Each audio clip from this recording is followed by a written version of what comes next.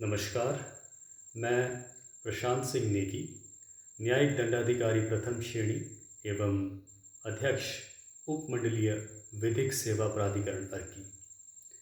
वैश्विक महामारी कोविड-19 के संक्रमण के चलते आप सबके मध्य जाकर विधिक साक्षरता शिविर आयोजित करना संभव ना है। ऐसे समय में हमें निर्देश दिए गए हैं कि डिजिटल मोड एवं लेटेस्ट टेक्नोलॉजी के माध्यम से आप सभी तक कानून से संबंधित जानकारी पहुंचाई जाए। इसी श्रृंखला में आज मैं आपको हिरासत संबंधित अधिकार इस विषय पर जानकारी दूंगा। हिरासत संबंधित अधिकार अर्थात जब किसी व्यक्ति को पुलिस द्वारा हिरासत में लिया जाता है, अरेस्ट किया जाता है, तो ऐसी स्थिति में उस व्यक्ति के क्या अधिकार रहते हैं।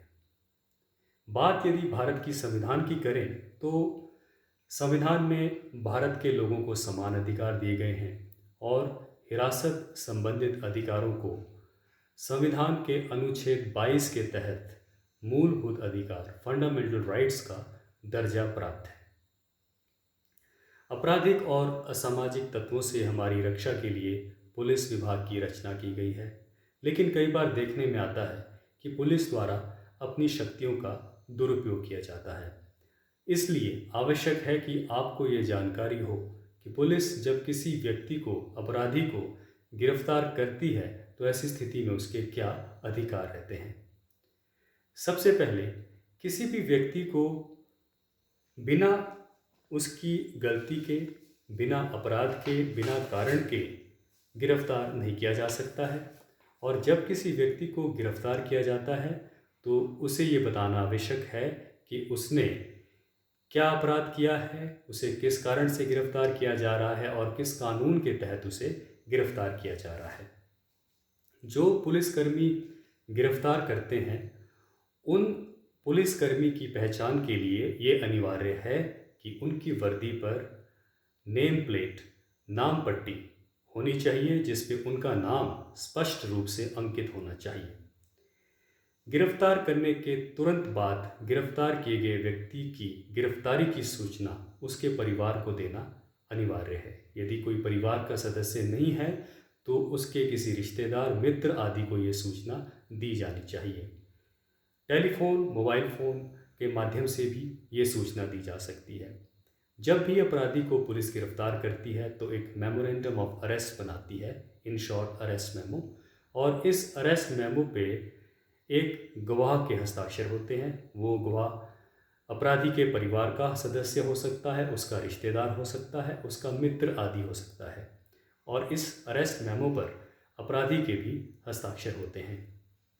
हिरासत में लिए जाते समय अपराधी को अरेस्ट वारंट पढ़ने का, देखने का अधिकार है यदि उसे कोर्ट के अरेस्ट वारंट के आधार पर गिरफ्तार किया जा रहा हो।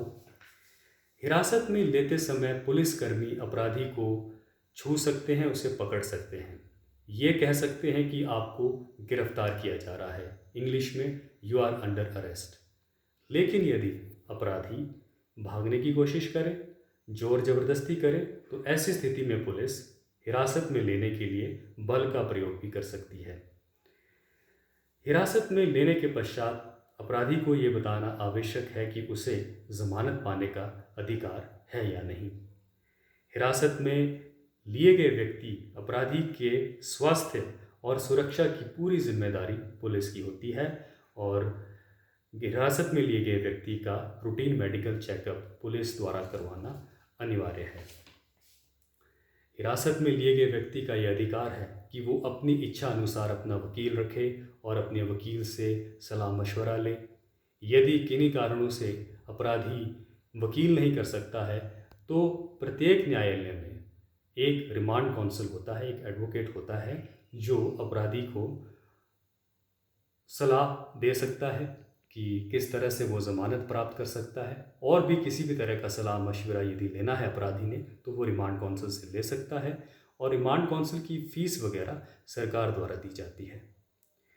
हिरासत में लिए गए व्यक्ति को ऐसा बयान देने के लिए बाध्य नहीं किया जा सकता है कि जो बाद में पुलिस द्वारा न्यायालय में साक्ष्य के रूप में, एविडेंस के रूप में उसके खिलाफ इस्तेमाल किया जा सके। हिरासत में लेते समय यदि अपराधी के पास उसके पास कीमती सामान है, जैसे मोबाइल फ़ोन, पैसे, एटीएम कार्ड इत्यादि कोई भी सामान है, तो ऐसे सामान को संभाल कर रखने की जिम्मेदारी पुलिस की होती है। और ऐसे सामान को अपने पास रखते समय पुलिस एक फ़र्द बनाती है, कागज़ बनाती है, जिस पे पूरा उस सामान का ब्यौरा होता है और अपराधी के उस पे हस्ताक्षर होते हैं। गिरफ्तार करने के पश्चात पुलिस 24 घंटे से ज़्यादा अपराधी को अपनी कस्टडी में नहीं रख सकती है और 24 घंटे के भीतर पुलिस को अपराधी को न्यायालय में पेश करना होता है। जब न्यायालय में अपराधी को पेश किया जाता है तो यदि उसके साथ कोई अत्याचार किया गया हो, उसके साथ पुलिस द्वारा कोई मारपीट की गई हो, उसे टॉर्चर किया गया हो, तो ये जानकारी कोर्ट के नॉलेज में अपराधी को लानी चाहिए, ताकि पुलिस के खिलाफ या फिर कोई भी पुलिस के खिलाफ इस उचित कार्यवाही अमल में लाई जाए। अदालत में पेश करने के बाद अपराध की गंभीरता को ध्यान में रखते हुए, साक्ष्य एविडेंस की सुरक्षा को ध्यान में रखते हुए, या तो अपराधी को पुलिस कस्टडी में भेजा जाता है या जुडिशियल कस्टडी में भेजा जाता है, या फिर उसे जमानत पे रिहा किया जाता है। परंतु किसी एक मुकदमे में एक अपराधी को 14 दिन से ज़्यादा पुलिस हिरासत में नहीं भेजा जा सकता है। जहाँ तक हथकड़ी लगाने की बात है, तो अमूमन हर केस में पुलिस हथकड़ी नहीं लगा सकती है।